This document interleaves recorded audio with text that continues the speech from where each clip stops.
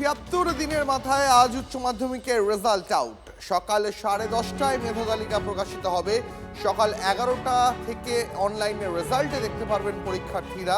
এছাড়াও 11টা থেকেই অনলাইনে মার্কশিটও ডাউনলোড করা যাবে।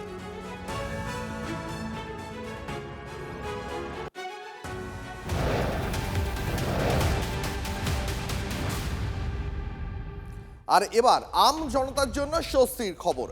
সরকার বদলের পর অবশেষে চিংড়িঘাটায় শুরু হচ্ছে মেট্রোর কাজ। আগামীকাল থেকেই চিংড়িঘাটায় শুরু হয়ে যাবে যান নিয়ন্ত্রণ। গড়িয়া বিমানবন্দর রুটে বকেয়া 366 মিটার অংশে নির্মাণ কাজ হবে। সব ঠিকঠাক থাকলে পুজো বা বড়দিনের আগে গড়িয়া নিউ টাউন মেট্রো পরিষেবা শুরু হয়ে যাবে। এই রুটে মেট্রোর কাজে ঢিলেমির জন্য আপনাদের মনে থাকবে হাইকোর্ট এবং সুপ্রিম কোর্টে তিরস্কৃত হয় তৃণমূলের সরকার। সরকার বদলের আগে হাইকোর্টের নির্দেশেই কাজ শুরুর অনুমতি দেওয়া হয়। আর অবশেষে সরকার বদলের পর চিংড়িঘাটায় শুরু হচ্ছে মেট্রোর সেই বহু প্রতীক্ষিত কাজ।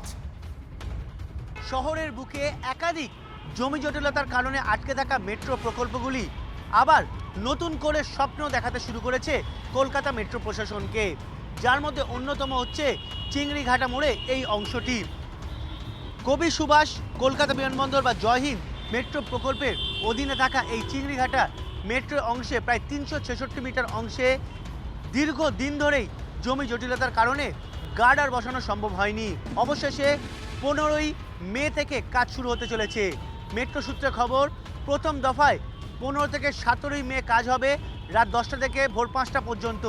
দ্বিতীয় দফায় কাজ হবে 22শে মে থেকে 24শে মে পর্যন্ত।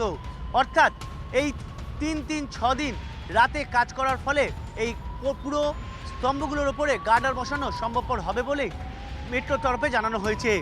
এমনকি এই জটিলতা কেটে যাওয়ায় এই পরিষেবা ডিসেম্বর থেকে শুরু করে দেওয়া সম্ভবপর হবে বলেও কলকাতা মেট্রো কর্তৃপক্ষ নিশ্চিত করেছে।